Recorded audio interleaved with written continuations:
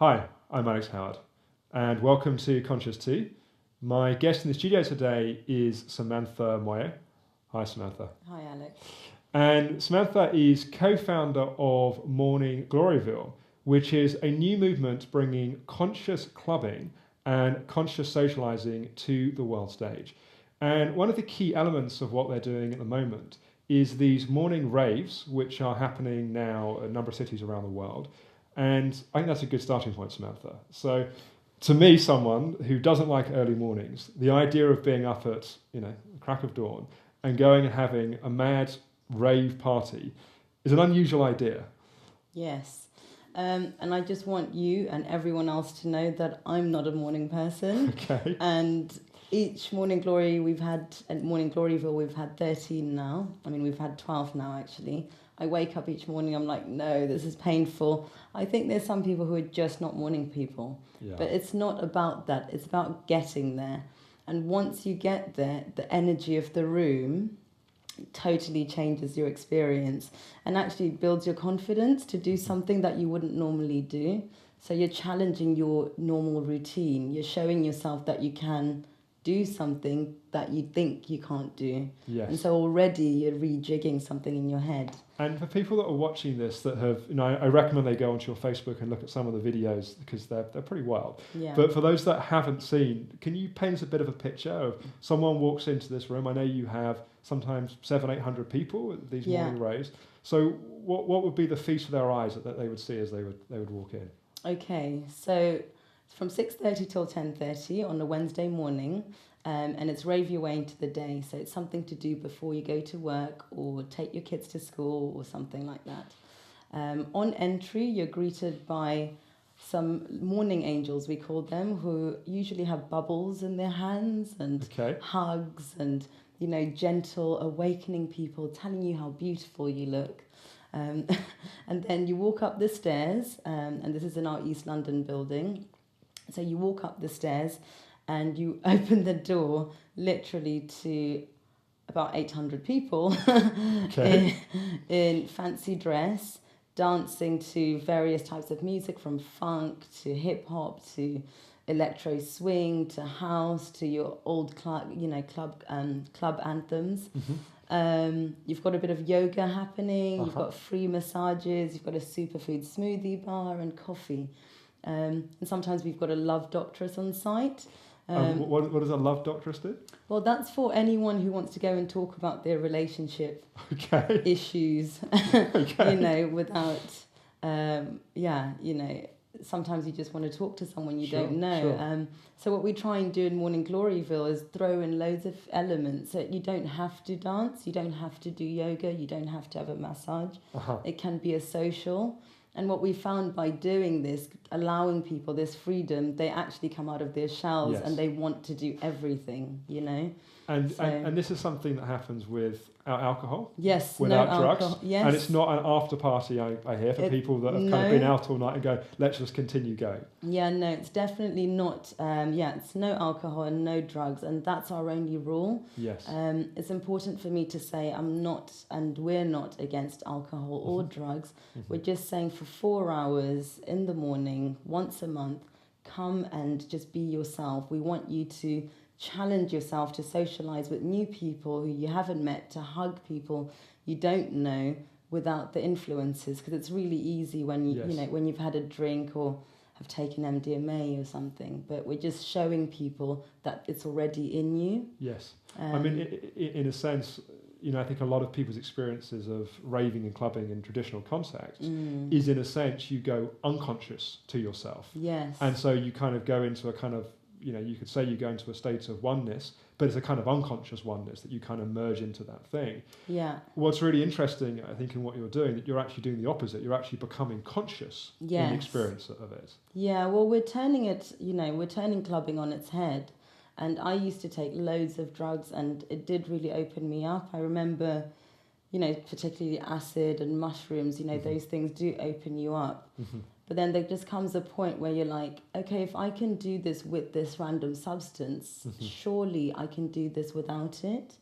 And that's what we're really promoting with our events. Yes. And for me personally, I've actually become a lot more conscious and a lot more in my body and a bit more real in my communications with people, a lot more authentic. And what's also really beautiful is you get people of different ages, different professions.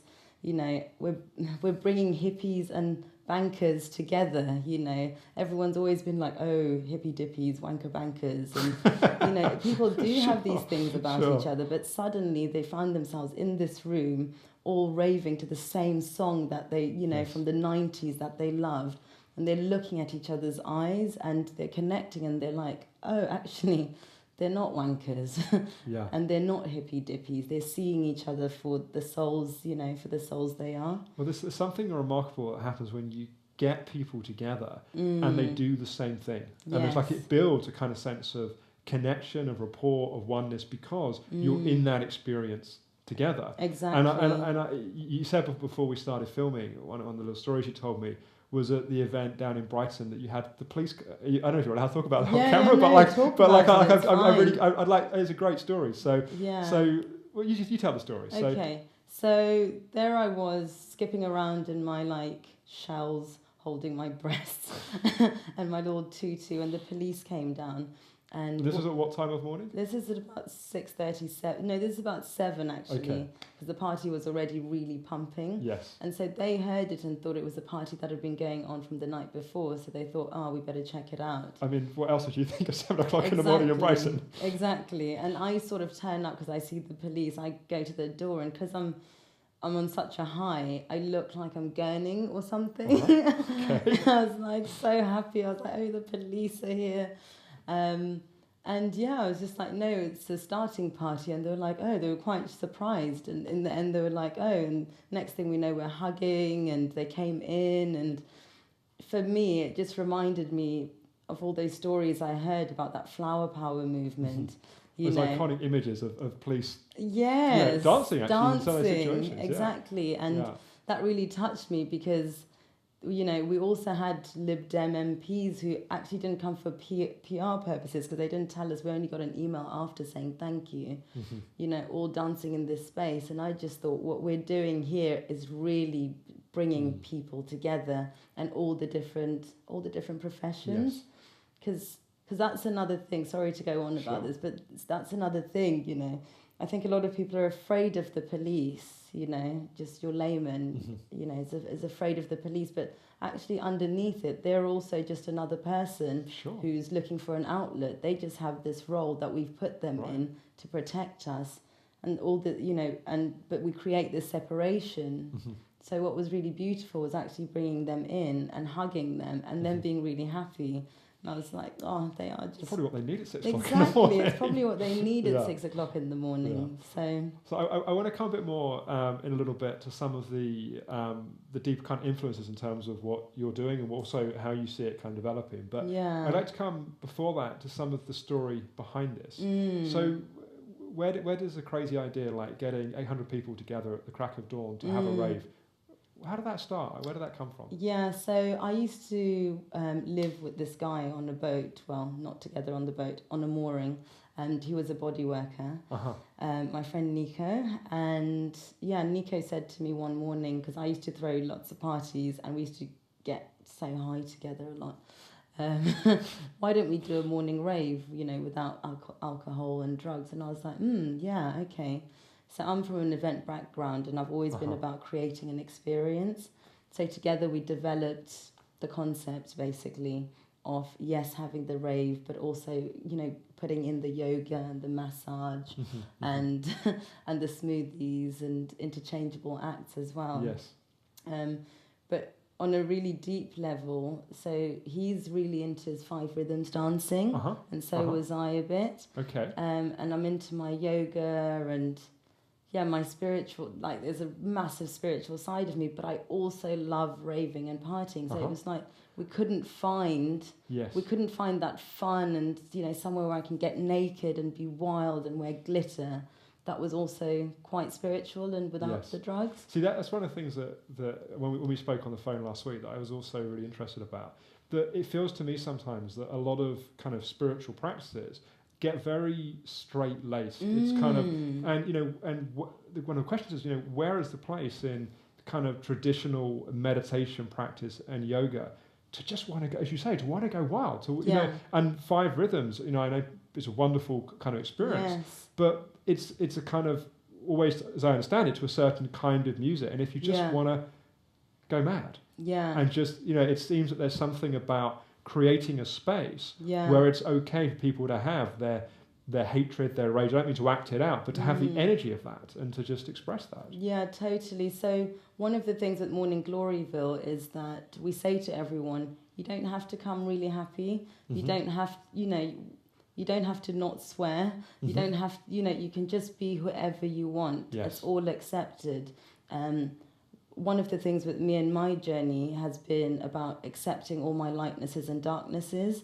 And particularly when I started meditating, I then decided to go vegetarian and then went on these regimes. But then I was also denying the sort of darker parts of me, the part that wants to swear sometimes, the part that does want to just get naked and just be a bit naughty or mischievous. And I think, yes, it's good to be spiritual, but I think we all, like, our world is balanced. There's duality in the world. And so I personally, I want to smoke my cigarette and also meditate. I want to do 5 rhythms dancing and also go raving. I want to say inappropriate things sometimes and allow that, but also caring, be caring and mindful. And actually, that's another thing. This whole mindful thing has now become, be mindful. It's now become like a... Well, the danger is, it's like, the danger of the way I see it is it's being mindful, but only of the good stuff. Yes. So you can be mindful of your compassion and your softness, but where do you get to be mindful of your anxiety or your rage or your frustration? Yes. Where's the invitation for that also to be there and to be in someone's experience? Yeah. And I sometimes think the more perfect we're trying to be, the bigger shadow we end up creating. So I really hear kind of what you're saying. So you had this idea with your friend Nico. Yes. You put on, I guess, your first event. What happened at the first event? So when we went around telling everyone about it, they all thought we were totally nuts. They thought we were nuts. And actually, pre-sales tickets were 26. And how big a space? So you had the space. We had a massive space for 700 people. Okay. 26 pre-sales, about under 100 people turned up. But after that first event, people saw the magic. It was beautiful, and then it was just word of mouth. We had the BBC get in touch with us. We had the Metro get in touch with us, and then the press started coming in, and more people just started coming and trying it and realizing that actually, why haven't we been doing this? Dancing is something we've been doing since the beginning of time. Sure. Getting together, dancing, releasing, getting tribal, So I think people were just like, oh, yes, why haven't we been doing this? So we'll start doing it. And they've been really loyal, our morning ravers. They've been so loyal. And you were saying to me earlier that it didn't start off as a fancy dress thing, but people... No. So it sounds like it's one of those things where it's somewhat taken over its own energy, in a sense, that it's kind of it's innovated itself into something. Yeah, I mean, companies have started getting in touch with us as well, and not to big myself or our team up too much, but actually what we really are good at is allowing people to be themselves and opening them up, whoever they are. I've always had this thing of, if the Queen turned up, she'd have a good time. She'd have a good time, but I'm not going to put a red carpet there for her. Sure. I'm not going to treat her different. Yes. And we've always been the same with the press as well. Lots of people, I think, run around after, they pedestal people. I've even had people try to pedestal me, and I'm just like, no, because that's not what equality is about,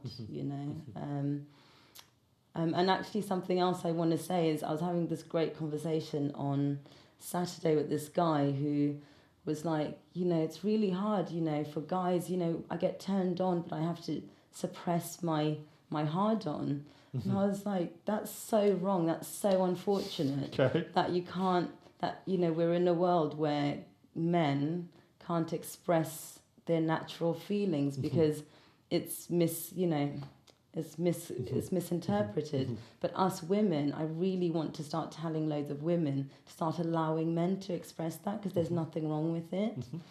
I don't know why I said that, but it was really important, because it really touched me. It was something something that really touched me. Yeah, no, I hear you. I think with the whole equality things and, you know, the rise of the sisterhood and stuff like that, we need to think about the brothers as well, and allowing them to like come out of themselves. Sure. And so Morning Gloryville, back to that. You know, these are all the underlying themes behind what we're doing. And I want to come into that more, because I think it is, as I understand it, it's something that started with the morning raves, but it's also kind of evolving into more than that. Just before we do though, I'm also interested, so you did your first event and the kind of, you know, you got some interest in it, and it kind of built and grew. But you're now in quite a few different cities around the world, so just to say something about that. So when we started, and particularly over the last 6 months, we've had hundreds of people getting in touch with us from all over the world, different cities, and they write in and say, oh, I've heard about this, I want to be part of it. And you know, I always email back saying, why don't you can do your own thing, you know, or you can join our community. And all of them are like, we want to be part of what you're doing. So what we have is, we call them glory agents. So now we've got this network of glory agents all over the world, and we've written this book, me and Alice and Caitlin, who are like the central team, and we're training and mentoring them, literally teaching them step by step how to run an event successfully, from budgeting to negotiating to marketing. So it's really fulfilling, because like we're teaching, we're teaching and mentoring and offering support. We're constantly on Skype, you know, with all these people who don't do this as a full-time job. And we have these heart and mind sessions every week, which is about checking in and sort of remembering why we're doing it, which is about the flower power and looking after ourselves and spreading the love. And it does seem quite simple and hippie-ish, but no, I think there's something that's very powerful that happens when you get a large group of people together with a set intention, and you allow people to be free and to express themselves. I totally get why it's something that is becoming something of a phenomenon. I mean, it's because you're currently in which cities? You're in, obviously, East and West London, Brighton, Amsterdam, Paris soon, Tokyo soon, San Francisco. I should know all this by the top of my head. Sure. Well, I imagine also it sounds like it. You know, when a phenomenon really kind of moves, in a sense that, you know, it by the time people are watching this, it may go more places as well. Sydney, all over basically. So and we've touched on a few times that there's kind of some of this underlying philosophy, we could say, or manifesto, as it was in my mind. That's probably not the right word, but this kind of philosophy that kind of sits behind what it is that you're doing. So you said to me earlier that there were kind of 3 key themes, let's say, that you're wanting to kind of support. So say a bit about that. So there's me, it takes a family to raise a village or something, whatever the metaphor is. There's me, a girl called Alice, and another girl called Caitlin, and I'd say we're the pillars of Morning Gloryville. So I'm all about oneness. I'm African, and you know, my second name Sibanya means we are one, so I'm always about I am that, we are one. Caitlin is all about playfulness, and Alice is about social reform, you know, Colonel Gadali, we call her. So really behind everything, what we're trying to do with this group network of glory agents is bring people together, make people see themselves as equals, infuse playfulness in this world. Like, there needs to be more fairies and unicorns and imagination and playfulness in adults, because in doing so you're coming back to your childhood. You know, you're acting like children again. The innocence comes back, the playfulness comes back. You're more explorative, and you're less like looking for something wrong, you know. Well, I think that there's something that I was also interested that you said earlier about how, you know, people go and have this kind of morning experience, and then how that then affects them through the rest of their day. And I think it's really interesting, you know, the way someone's mind gets fixated in looking at things a certain way. You know, someone is tired in the morning and they're grouchy and they're kind of, they don't really want to go to work, and they're focusing in that way, of course, that creates a certain experience for them, but it also affects other people in their office and their life. So say something about people coming out of Morning Gloryville hitting their office. What happens? So I've done the maths. All right. Okay. I've done the maths, and it was really exciting because I was having a hard time quantifying the success of what we're actually doing. So I thought, okay, we have 800 people come to our events per month. So I brought it down a little bit to be humble to 600 people a month to an event. So the theory is, the hypothesis is, each of those 600 people leaves on such a positive high that they go out into the world and touch 10 other people. Okay. Like through their positive energy, they're just like, oh my God, I've just been to this amazing thing. And just like the vibrations the vibrations of joy coming off them. Sure. So 600 times 10 is 6,000 people we're touching per event. Multiply that by 12, that's 72,000 people we're touching per year with one Morning Gloryville event. And if we break down the process of that a bit more, and if I just put it in kind of in my own mind, it's like, I think if I come into my office and I'm a bit grumpy, I'm a bit fed up, the bus was late, whatever, and someone says, "How are you doing?" So, crap morning. How are you? People often tend to kind of meet other people where they are. So if I'm in a bad mood, someone else is going to down where they are to meet, and vice versa. So you get that experience where everyone's a bit more grumpy because everyone else is a bit more grumpy. And if someone's in a very up place, the chance of people will lift up. I guess that's the kind of the mechanism of what you mean. Totally. And actually, so we had Vice magazine come to Morning Gloryville. And obviously Vice is always about slating everything and, just... Because I think the last 20 years it's been cool to be grumpy and it's a very British thing as well. Yeah, but it's international. Yeah. And so all of a sudden what we're doing is actually making happiness cool. People are enjoying being happy now because it's a place where you can come and be cheesy. Yes. So people leave their offices, and I was speaking to another reporter about this because I had to check my crazy science with someone. And she said, yes, definitely. Whenever she's come, she's gone off and she's just buzzing, and it lifts other people as well. It's infectious. A smile is infectious. Sure. You can't, no matter how grumpy, unless you're really grumpy. I think there's just no hope for someone. Yeah. There's no hope. But that's also, I think that's also something that you, the happy person, can just ignore. Sure. Do you know what I mean? Sure. You'll stay in your vibration because you'll just be like, it's their problem, it's their issues. So we've got about 2.5 minutes left. I know, it's amazing. Time flies when you're having fun. Yes. So I want to hear just a little bit more about what your vision is for the future with this, because I think it's rare that you can use the word phenomenon kind of truly, but it seems to me this is somewhat of a phenomenon in terms of what's happening with it. Yeah. So as more people come into this kind of this experience and this kind of movement that you're developing, what would you like it to become? What's your dream of how it unfolds? Truly from the bottom of my heart, I just want there to be a peace army. I want there to be as many people pumping out positivity as there are in the NATO forces.